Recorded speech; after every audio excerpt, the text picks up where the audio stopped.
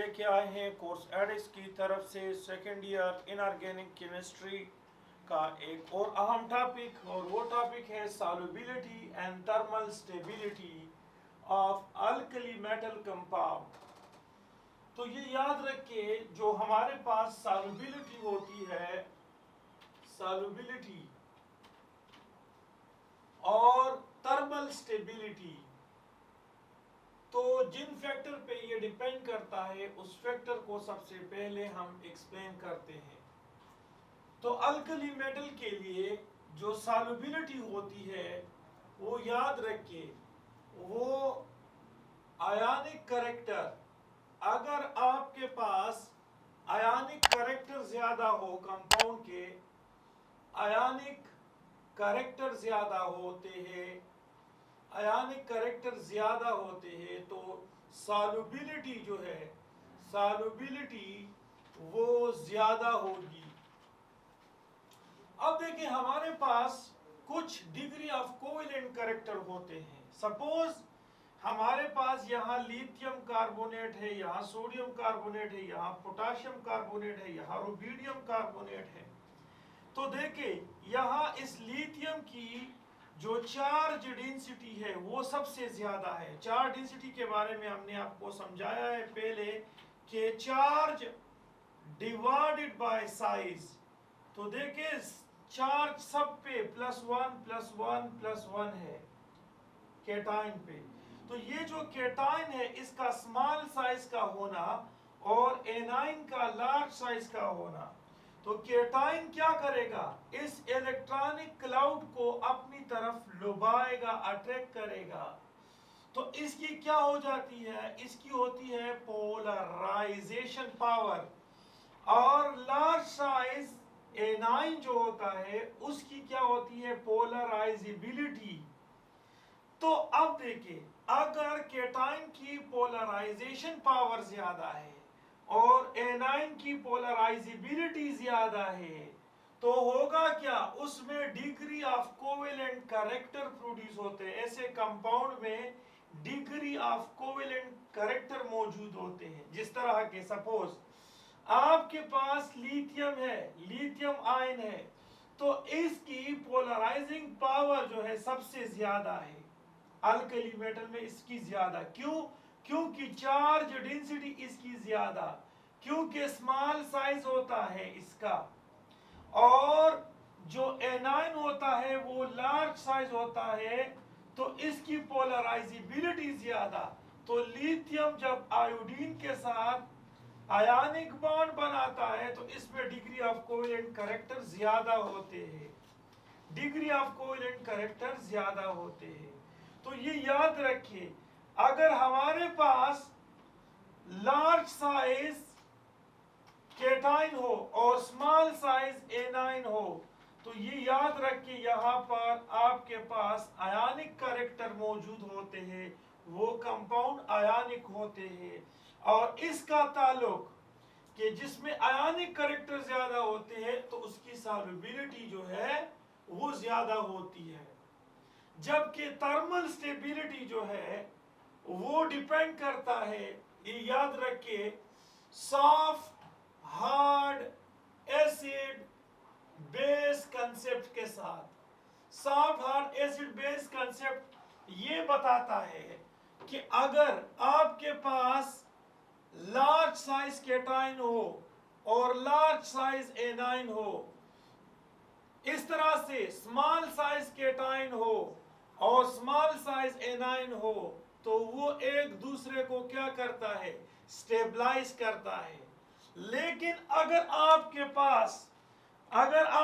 पास small size cation और large size A9 हो, तो ये एक दूसरे को स्टेबलाइज नहीं कर सकता है। इस तरह से ये एक दूसरे को, लार्ज साइज कैटायन और स्मॉल साइज एनाइन एक दूसरे को स्टेबलाइज नहीं कर सकता है।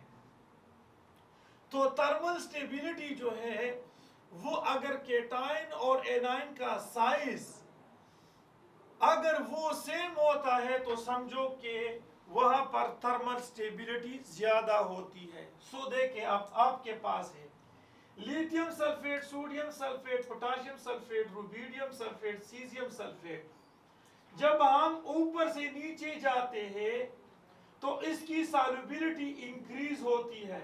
अब इंक्रीज क्यों होती है? क्योंकि आयनिक कैरेक्टर वो बढ़ जाते हैं, क्योंकि यहां पर जो केटाइन है वो लार्ज साइज का है, और जब लार्ज साइज का केटाइन हो तो चार्ज डेंसिटी कम होती है, वहां पर कोवेलेंट कैरेक्टर कम होते हैं, आयनिक कैरेक्टर ज्यादा होते हैं, इसलिए आयनिक कंपाउंड उसकी सॉल्युबिलिटी एक्वस सॉल्यूशन में ज्यादा होती है। तो सीजियम सल्फेट ज्यादा सॉल्युबल है। इस तरह से अगर हम थर्मल स्टेबिलिटी की बात कर दें तो थर्मल स्टेबिलिटी जो है, मैंने कहा कि large size cation large size A9 को स्टेबलाइज करता है। तो अब देखिए यहां सीजियम सल्फेट, सीजियम है और सल्फेट है, ये लार्ज साइज केटाइन है, ये लार्ज साइज एनाइन है, तो ये एक दूसरे को स्टेबलाइज करता है, इसीलिए ऊपर से नीचे थर्मल स्टेबिलिटी जो है वो भी इंक्रीज होती है। तो ये सारा प्रोसेस ये सल्फेट के लिए भी है, कार्बोनेट के लिए भी है, नाइट्रेट के लिए भी है और बाइकार्बोनेट के लिए भी है। सो देखिए क्या बताया मैंने, सॉल्युबिलिटी अल्कली मेटल वो डिपेंड करता है आयनिक कैरेक्टर। आयनिक कैरेक्टर किस में ज्यादा होता है? जिसमें याद रखिए कि जिसमें केटाइन का साइज, जो केटाइन होता है वो लार्ज साइज का होता है, और एनाइन जो होता है, एनाइन वो स्मॉल साइज का हो, तो उसमें आयनिक कैरेक्टर होते हैं। लेकिन अगर केटाइन आपके पास स्मॉल साइज का और एनाइन जो है वो लार्ज साइज का होता है, तो यहां पर कोवेलेंट कैरेक्टर प्रोड्यूस होते हैं, कोवेलेंट कैरेक्टर। तो यहां देखिए यहां पर कोवेलेंट कैरेक्टर है, क्योंकि यहां एनाइन लार्ज साइज का है और केटाइन स्मॉल साइज का है, तो इस वजह से यहां पर degree of covalent character produce होते हैं। ये देखिए कार्बोनेट जो है इससे इलेक्ट्रॉन लिथियम खींचता भी है, देता भी है, तो एक किस्म की degree of covalent character produce होती है, और जिसमें डिग्री ऑफ कोवेलेंट कैरेक्टर होती है उसकी इक्वस सॉल्यूशन में सॉल्युबिलिटी कम होती है।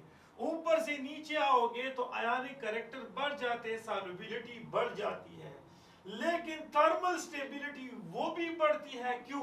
क्योंकि थर्मल स्टेबिलिटी वो डिपेंड करता है soft hard acid base concept, और वो soft hard acid base concept क्या है कि कहते हैं कि large size cation large size A9 को स्टेबलाइज करता है, small size cation small size A9 को स्टेबलाइज करता है। तो हमारे पास जो यहाँ पर है एनाइन वो सारे लार्ज साइज के हैं।